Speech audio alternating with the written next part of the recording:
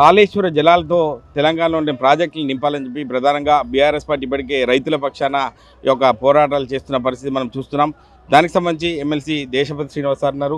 Sir చెప్పండి sir, ఈ యొక్క ఉద్యమాలు చూస్తుంటే గతంలో చేసిన ఉద్యమాలు మళ్ళీ ముందుకు వచ్చాయని అనిపిస్తుంది. ఏం చెప్తారు సార్ రైతుల పక్షాన?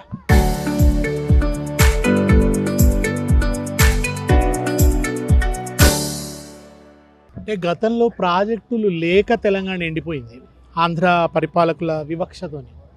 కానీ వాళ్ళ రేవంత్ రెడ్డి కక్షతోని ప్రాజెక్టు ఉండి వ్యవస్థ ఉండి ఒకవైపు నీళ్లు పొంగి పారుతుంటే ఎత్తిపోయడానికి కావాల్సినటువంటి మొత్తం వ్యవస్థ అంతా కూడా సిద్ధంగా ఉండడం కూడా కేవలం పాలకుడి నీచ రాజకీయం వల్ల, పాలకుడి కుట్ర వల్ల అన్యాయంగా ఇవాళ తెలంగాణ రైతు ప్రయోజనాలు దెబ్బతింటున్నాయి. తెలంగాణ నాశనం అయిపోయేటువంటి పరిస్థితి వస్తున్నది. కన్నతల్లే దయ్యమైనట్టున్నది ఇవాళ తెలంగాణ పరిస్థితి. ఈయనగాచి నక్కల పాలు చేసినట్టు అయింది.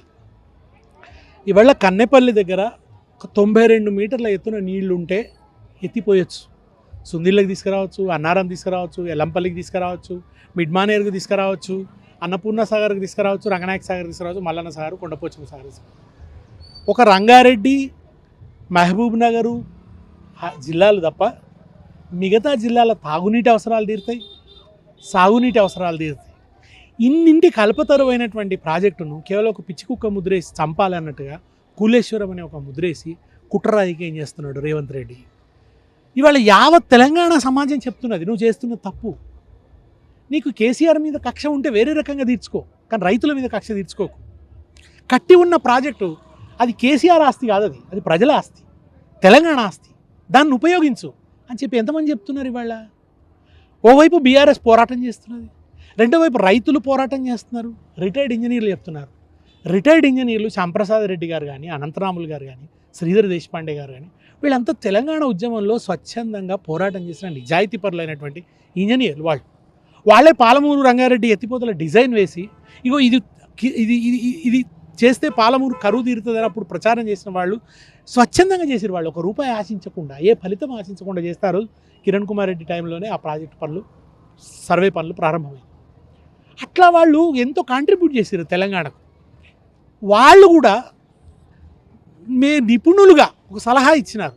నిజమే, మినిమం డ్రా లెవెల్కు నీళ్లు పెట్టుకొని పంపింగ్ చేసుకోవచ్చు అని చెప్తే వాళ్లకు బెల్ట్ ట్రీట్మెంట్ ఇవ్వాలంటాడా ఈ దుర్మార్గుడు? ఇదానికి వాళ్ళ పట్ల ఉండాల్సినటువంటి గౌరవం. నువ్వు ఉద్యమంలో లేవు, నువ్వు ఉద్యమానికి ద్రోహం చేసినావు, ఉద్యమం పట్ల నిజాయితీగా పనిచేసిన వాళ్ళనట చర్లపల్లి జైల్లో వేయాలట. ఎందుకు వేయాలి? వాళ్ళు అసలు కాళేశ్వరంలో అవినీతి జరిగింది కనుక వాళ్ళు కూడా అందులో భాగం, వాళ్ళని చర్లపల్లి జైల్లో వేయాలట. వాళ్ళు అసలు కాళేశ్వరం ప్రాజెక్టులో పనిచేయని లేదు. వాళ్ళు అప్పటి వరకే రిటైర్ అయిపోయినారు. కేవలం ప్రాజెక్టు సైట్ మేడిగడ్డ దగ్గర కట్టొచ్చా లేదా అన్నప్పుడు వాళ్ళు వెళ్ళి పరిశీలించి వచ్చి వాళ్ళ ప్రతిపాదనని వాళ్ళు ముఖ్యమంత్రికి ఇచ్చింది. కొన్ని విషయాల్లో వాళ్ళు విభేదించారు కూడా. అటువంటి వాళ్ళను పట్టుకొని వాళ్ళను బెల్ట్ ట్రీట్మెంట్ ఇవ్వాలని మాట్లాడతావా? ఎట్లా మాట్లాడుతున్నాడు అంటే, బీహార్ జంగిల్ రాజులో పోలీస్ ఇన్స్పెక్టర్లు ఉంటారు, 3rd డిగ్రీ హింసలు పెడుతుంటారు. మనకు నక్సలైట్లు ఉన్నప్పుడు కూడా ఇక్కడ 3rd డిగ్రీ, ఈ 3rd grade leader 3rd degree హింస వల్ల భాష ప్రయోగిస్తున్నాడు. ఇటు పిల్లలు ఉద్యోగాలు కావాలంటే ఎండిన దాగి చచ్చిపోండి అంటాడు. ఇటు బీఆర్ఎస్ వాళ్ళేమో నీళ్లు కావాలని అడిగితే వీళ్ళని పోయండి, ఆ రక్తం పొలాలకు చల్లండి అంటాడు. ఇది ఏం భాష? ఇది ఏమి రక్త పిపాసి భాష ఏంది? ఈ రక్త పిశాచి భాష ఏంది? దుర్మార్గంగా ఇవాళ రైతు ప్రయోజనాలు ఎల్నినో వస్తున్న కారణంగా రాబోయే రోజులు గడ్డుగా ఉండబోతున్నాయి. భయంకరమైన కరువు రాబోతున్నది. చుక్క ఒడిసిపట్టి రిజర్వాయర్లని నింపుకోవాలి. దాదాపు 1000 టీఎంసీల సామర్థ్యం ఉన్న తెలంగాణ రిజర్వాయర్లలో 300 టీఎంసీల నీళ్ళు కూడా ఇవాళ లేవు. 4 రోజులైతే అడుగంటి పోతాయి. మళ్ళీ గండ కరువును చూస్తాం. మళ్ళీ చంద్రబాబు నాయుడు కాలం నాటి కసాయి కరువును ఈ చంద్రబాబు నాయుడు శిష్యుడి కాలంలోనే తెలంగాణ చూడవలసి వచ్చినట్టున్నది. అంటే రక్తం అనే అంశం మీరు తీశారు. అంటే రక్తం విషయంలో సీరియస్గా ఇనిషియేటివ్గా తీసుకున్నాడు హరీష్ రావు. ఖచ్చితంగా మా రక్తం ఇస్తాం, గోదావరి జిల్లాలు ఖచ్చితంగా మాకు రావాలని డిమాండ్ చేస్తున్నారు. ఇక రైతులను మీరు ప్రధానంగా ప్రత్యక్షంగా చూస్తున్నారు కాబట్టి రైతుల నుంచి ఎటువంటి స్పందన ఉంటుంది? ఏం చెప్తున్నారు రైతులు? ఇవాళ దుఃఖం వస్తుంది ఏంటంటే, ఉద్యమ కాలంలోనేమో ఇక్కడ యువకులు మేము ప్రాణం ఇస్తాం తెలంగాణ ఇవ్వండి, ఇవాళ ఏమనాల్సి వస్తుందంటే మేము రక్తం ఇస్తాం నీళ్ళు ఇవ్వనాల్సి వస్తుంది.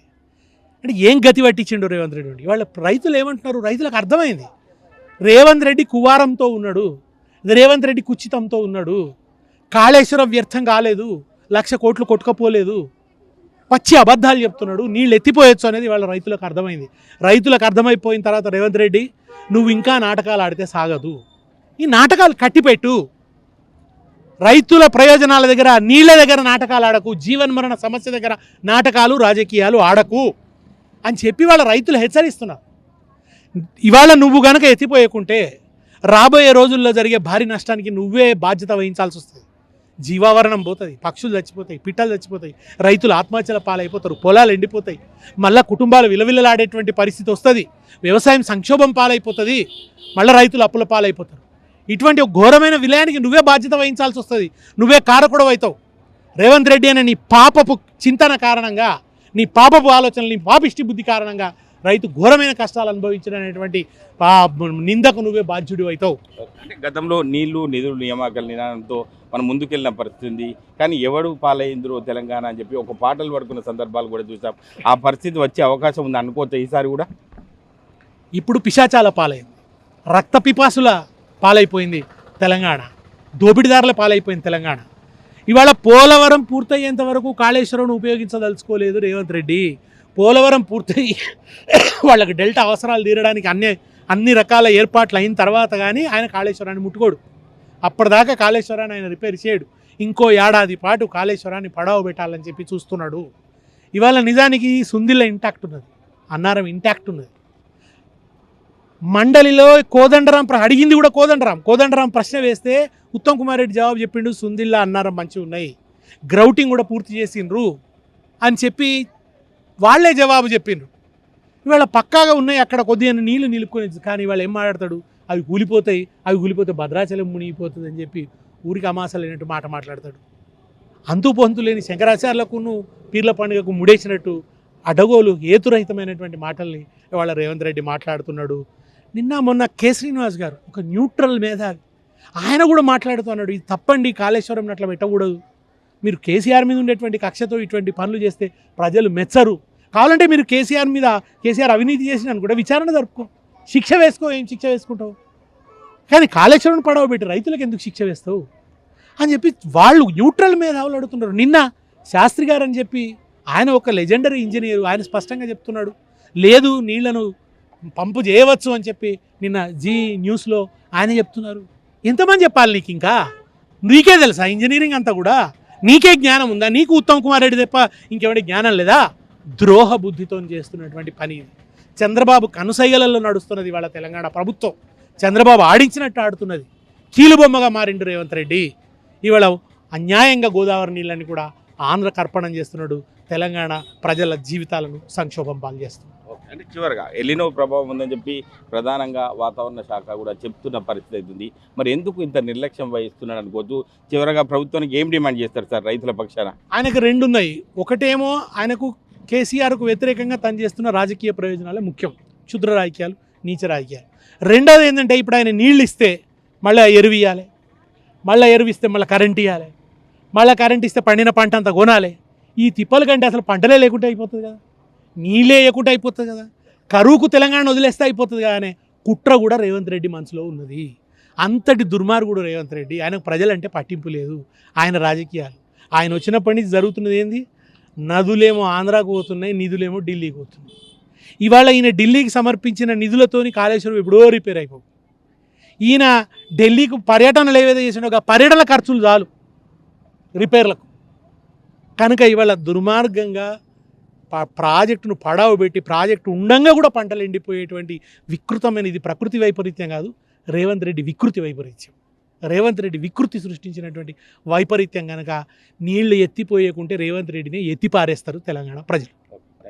ఇది పరిస్థితి తెలంగాణ రాష్ట్ర వ్యాప్తంగా ఉన్నటువంటి ప్రజలు గమనిస్తున్నారు. 4 కోట్ల ప్రజల యొక్క పరిస్థితి చూస్తుంటే దయనీయంగా ఉంది. ఖచ్చితంగా రేవంత్ రెడ్డి నీళ్ళు ఇస్తేనే యొక్క ప్రజలు సుఖ సంతోషంతో ఉంటారని చెప్పి ప్రధానంగా ఎమ్మెల్సీ దేశపతి శ్రీనివాస్ సార్ చెప్తున్నారు. కెమెరామెన్ నెల్లూరుతో మహేష్, RTV, సిద్దిపేట జిల్లా.